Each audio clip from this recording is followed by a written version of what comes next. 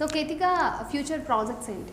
Well, nothing is announced, so I don't know if I can talk about it yet. But I'm also working in Hindi, okay and once they are announced, I can talk about it. Okay. So తెలుగులో ఇంకేమైనా ప్రాజెక్టులు చేస్తున్నారా ఇవాళ?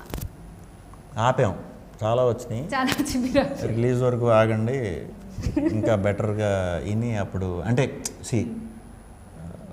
ఇప్పుడు cinema వచ్చిన తర్వాత ఒక అభిప్రాయం అమ్మాయి మీద ఆడియన్స్కి కూడా ఏర్పడుతుంది.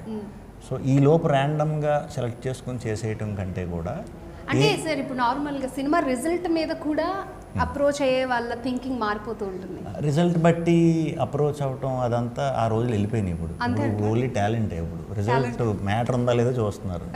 అది ఇదివరకు హిట్ అయిందని పెట్టుకోవాలి, లేకపోతే ఇది అయిందని పెట్టుకోవాలి అనేవారు. అంటే నాతో కూడా అనేవారు కొంతమందిని.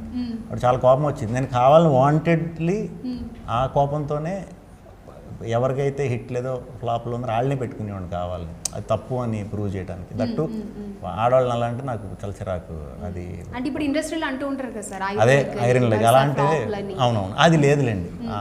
ఆ కైండ్ ఆఫ్ ఓల్డ్ ఇదంతా వెళ్ళిపోతుంది స్లోగా. ఇప్పుడు టాలెంటే చూస్తున్నారు, పర్ఫార్మెన్స్ ఉందంటే ఓవర్ నైట్లోనే ఎక్కడికన్నా వెళ్తున్నారు. సో ఆల్రెడీ టాలెంటెడ్, ప్రూవ్డ్ తను.